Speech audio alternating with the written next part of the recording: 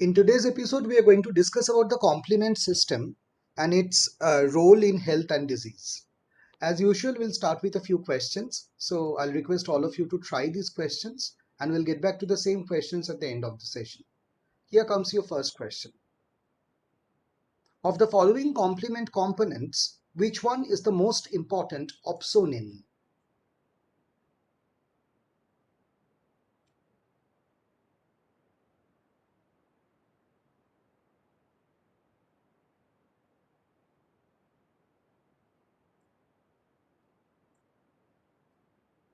The next question. Of the following complement components, which one is the most potent in attracting neutrophils to the site of infection, that is acting as a chemokine?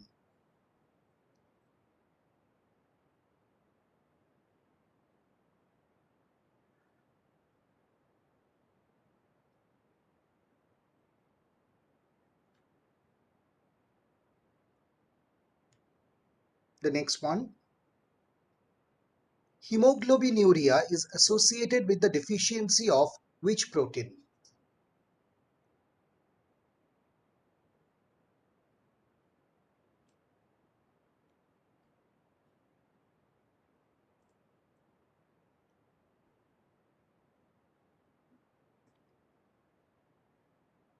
The fourth question.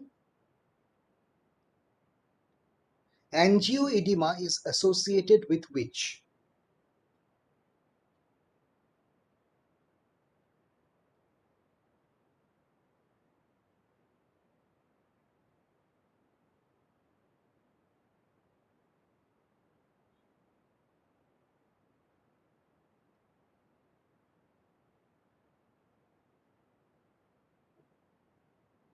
We'll move on to the fifth question and the last question before we start our discussion. Of the following, which one is the most important function of the complex formed by the complement components C5b29?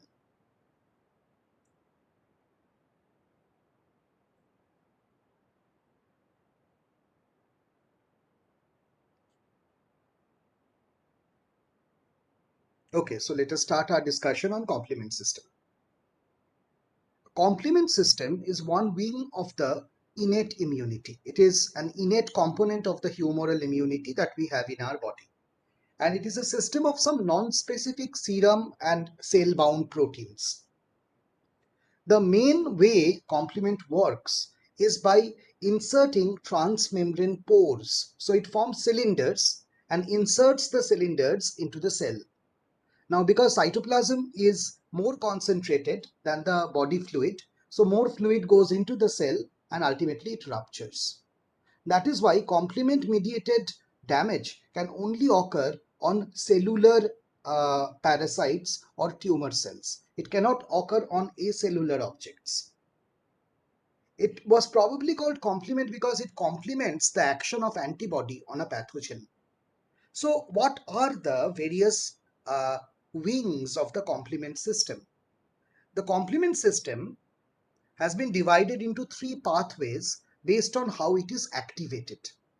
So we have the classical pathway, we have the mannose binding lectin pathway, and we also have the alternate pathway. The classical pathway is activated by antigen antibody complex. So when there is antigen antibody complex formation, the classical pathway is activated. The mannose binding lectin pathway is activated to lectin, that is carbohydrates or glycoproteins that are associated with pathogen surfaces. So they do not require antibody. And the alternative pathway, also called the properdin pathway, is directly activated by the lipopolysaccharide on the pathogen surface. Now, looking at this and comparing the three ways of activation, you can see that you require a preformed antibody for the classical pathway to work. But you do not require any prior exposure to the antigen for lectin pathway or alternate pathway to work. That way, the lectin and the alternate pathway are actually more first line mechanisms of defense compared to that of the classical pathway. Because even in absence of antibody, these proteins can directly cause lysis of the bacteria or pathogen. Finally, by whatever pathway it is activated, when the complement activation is complete, finally there are three fundamental roles that the complement plays. The complement causes recruitment of inflammatory cells, that is inflammation. It causes opsonization of the pathogens, and it also causes killing of the pathogen by lysis of their cell.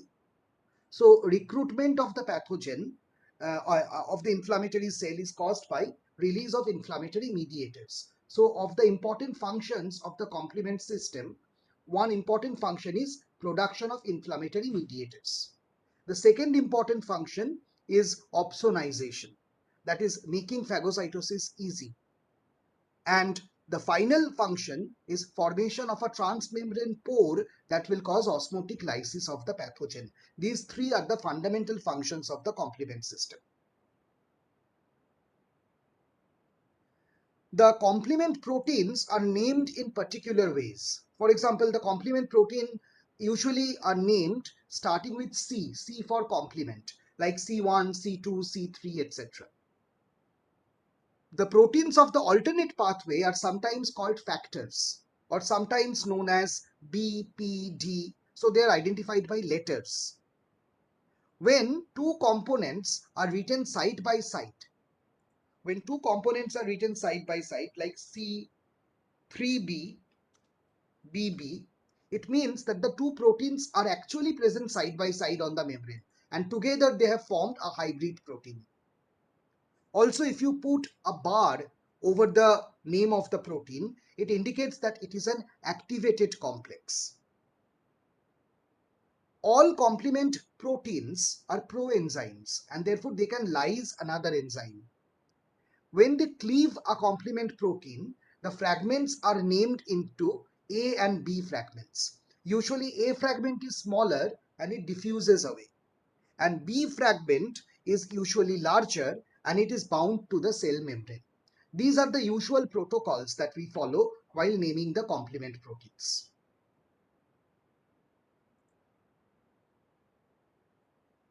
So I hope this is clear to everyone.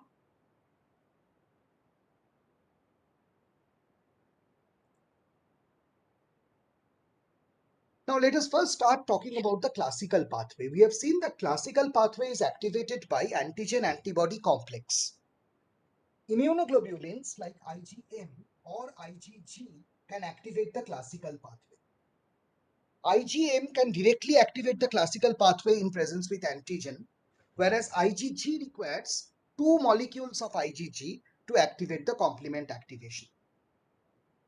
After the activation of the complement, the most important molecule of the complement pathway, C3, will be activated.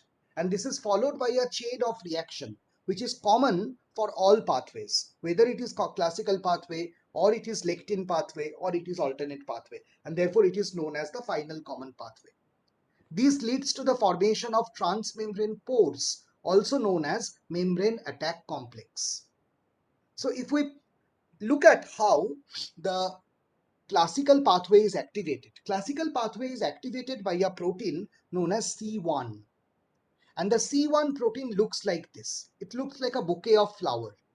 So you can see there are six fibrillar proteins, each having globular heads.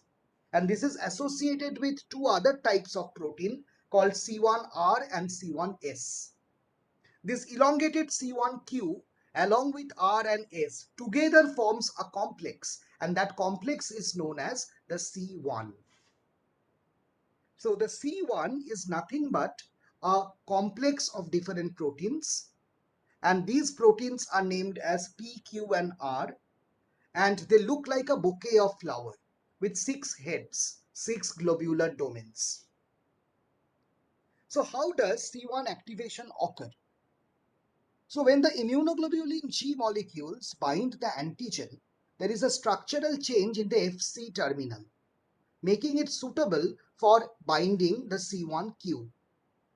Soon after C1q binds, the C1R and the C1S will bind the C1q, forming the complete C1 subunit. So this is how recognition of antigen, and activation of the C1 occurs. Let's go through this once again. Immunoglobulin G binds to the epitopes on the surface of bacteria. This causes a structural change in the Fc terminal where C1q can bind, and there is a dimerization of the IgG molecules. There is a sequential binding of C1r and C1s, and this is how the complete C1 complex is formed.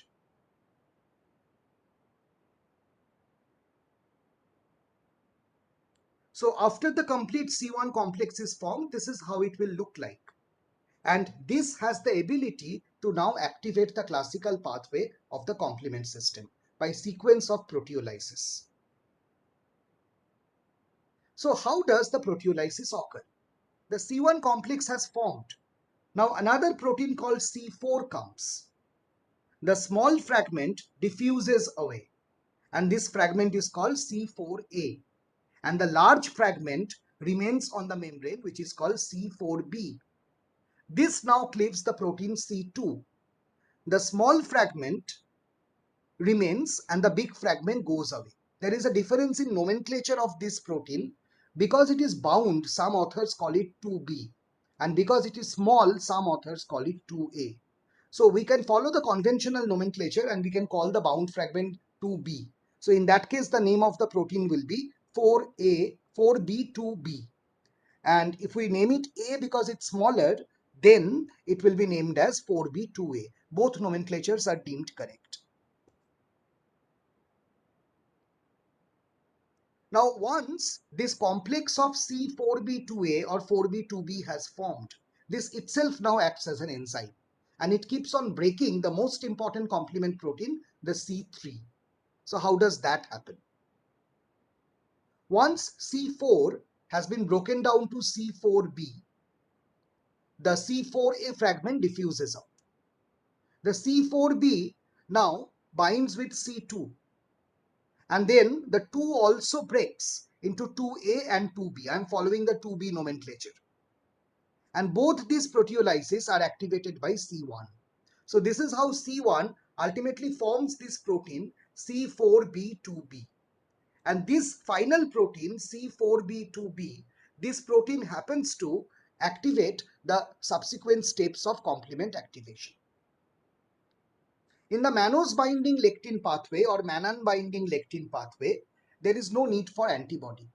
So the bacterial cell surface mannan can directly activate the complement pathway. What is interesting is that the mannan binding lectin has structural similarity with the C1q, and that is why it ultimately ends up activating the classical like pathway. So because they are structurally so similar, the mannan binding lectin acts in the same way in which the C1 complex works. So in classical pathway, we have the C1q. In lectin pathway, we have the mannan binding lectin. Both of them look almost similar in structure, and both of them bind to the bacterial cell. Whereas C1q binds with the help of antibody, mannan binding lectin does not require any antibody. That is why it is a more innate response than the classical pathway. However, after binding, their functions are more or less same. Both of them cleave C2 and C4 and ultimately lead to formation of this complex known as C4b2b.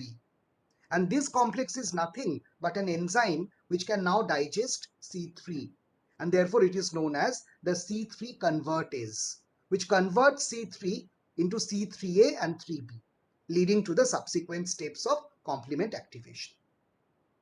The 3b is a very important opsonin, so it helps in opsonization of bacteria, and we'll see that it is also a very important player in the subsequent steps of complement activation.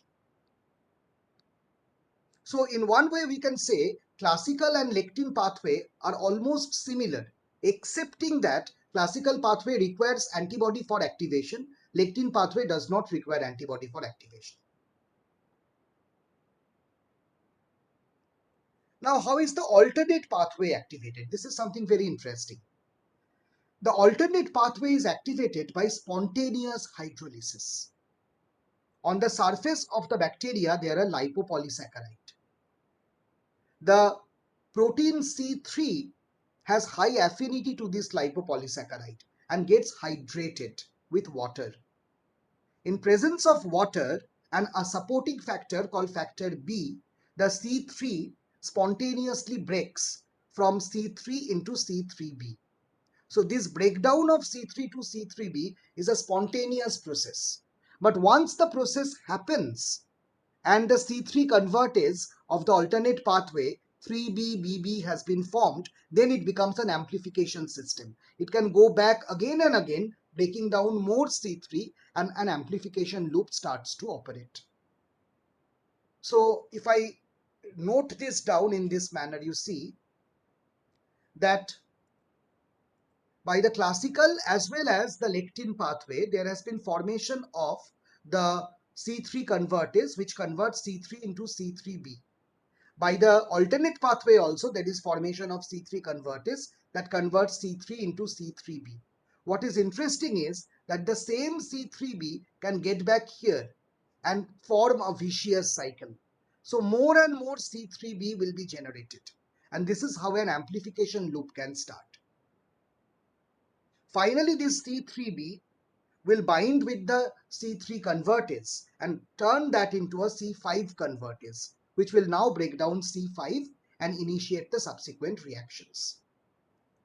So let's see how C5 is broken down. We have already seen that the C3 convertase has formed. Once it forms, it causes cleavage of multiple number of C3 molecules. Any one of those C3b molecule associates with the initial enzyme. And now this trimer C4b, 2b, 3b or 2a, 3b is the C5 convertase.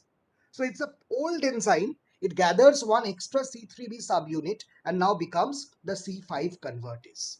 This is how the C5 convertase is automatically generated. I hope this is clear to everyone. Once the C5 convertase has been generated, now the C5 breakdown will start. It breaks C5 again into two fragments. The smaller fragment is called C5a and the larger fragment is called C5b. The smaller fragment diffuses out and behaves as a chemokine or anaphylatoxin. It can activate the receptors on neutrophil and mast cell and cause chemotaxis of those cells. C3a also has a similar function. On the other hand, C5b is the bound fragment. So it binds on the membrane and continuously, sequentially binds many other proteins, forming a cylinder of proteins. And this cylinder forms a transmembrane pore known as the membrane attack complex. So after the C5b has been formed, you see there is a trimerization of 5b, 6 and 7. This 5b, 6, 7 complex associates with C8 and C9 and C9 undergoes a cyclic polymerization forming a transmembrane pore through which water enters and the cell undergoes osmotic lysis. So this is exactly how the membrane attack complex works. Extracellular fluid gushes into the cell because cytoplasm is more concentrated. The cell swells up and ultimately ruptures. These are electron microscopic view of actual pores that have been formed by insertion of the membrane attack complex.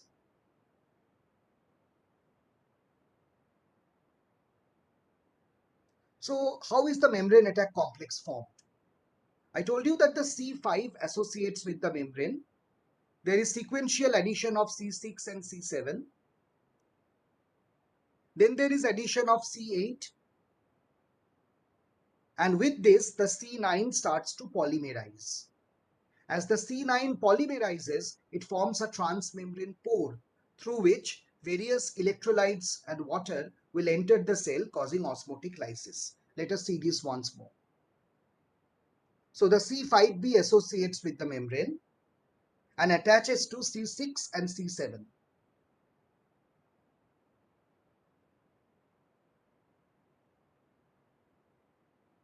Then there is addition of C8. Once this happens, C9 has high affinity for this complex and it starts polymerizing, forming a cylinder through which water enters, causing osmotic lysis of the cell. So this is essentially how complement causes membrane attack and ultimately lyses the cell. So I hope it is clear up to this.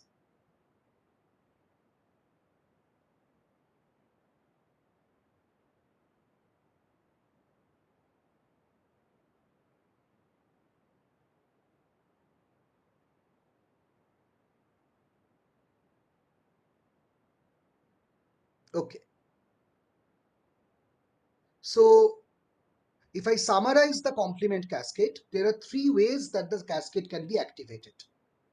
By immune complexes, which is called classical pathway, by mannose residues on the organism, which is called the lectin pathway, and by the bacterial cell surface lipopolysaccharide, which is called the alternate pathway. Whatever pathway we start with, we ultimately end up forming a C3 convertase. And this C3 convertase will convert C3 into C3A and C3B. C3A is an anaphylatoxin or chemokine. The C3B now again joins the C3 convertase and becomes C5 convertase. This will now cleave the C5, and as we have seen in the previous animation, there will be sequential addition of 6, 7, 8 and poly 9 forming the membrane attack complex. And this is how the cell will undergo lysis. So this is a very simple summary of the complement cascade.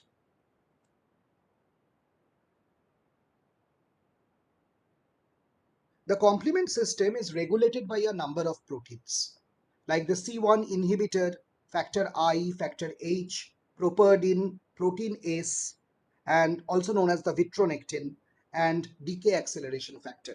Out of all these factors, two factors have immense clinical importance.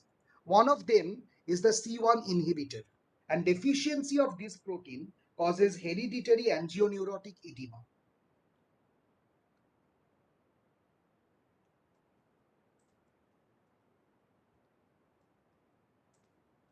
Which is a kind of a swelling of the body that is caused by excess complement. In a similar manner, the deficiency of decay acceleration factor causes excess complement activation on RBC surface, and this leads to hemolysis. This preferentially happens at night because a low temperature is needed for this reaction, and that is why it is also known as paroxysmal nocturnal hemoglobinuria.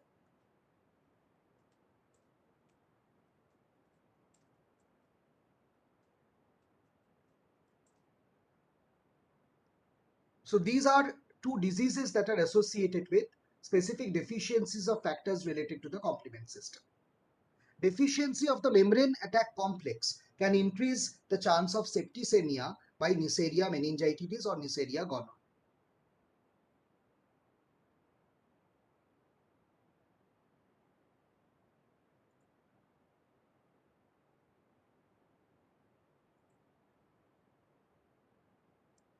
So the functions of complement system can be summarized very simply. The C3A that is generated by cleavage of C3 helps in inflammation and chemotaxis.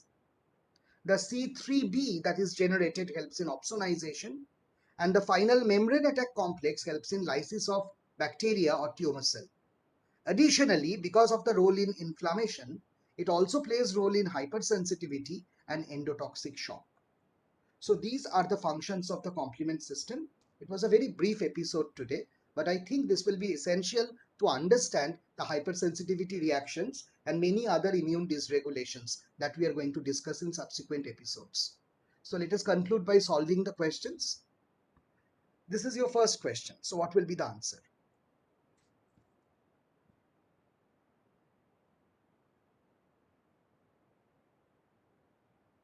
Wonderful. C3b is the opsonine.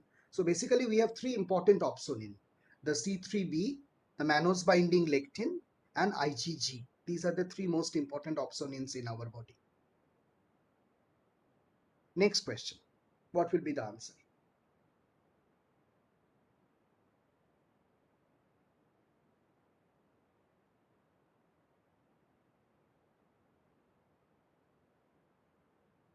Wonderful. C5a is an anaphylotoxin.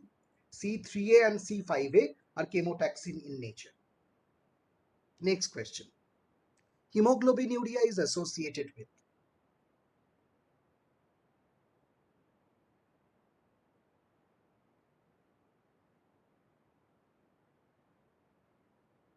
Yes, the answer will be decay acceleration factor.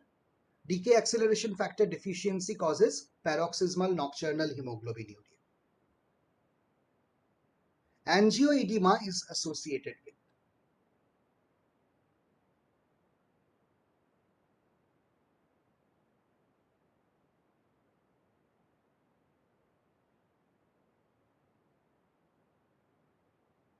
Yes, it is associated with deficiency of C1 inhibitor, leading to excess activation of the complement system. And finally, of the following, which one is the most important function of C5b29?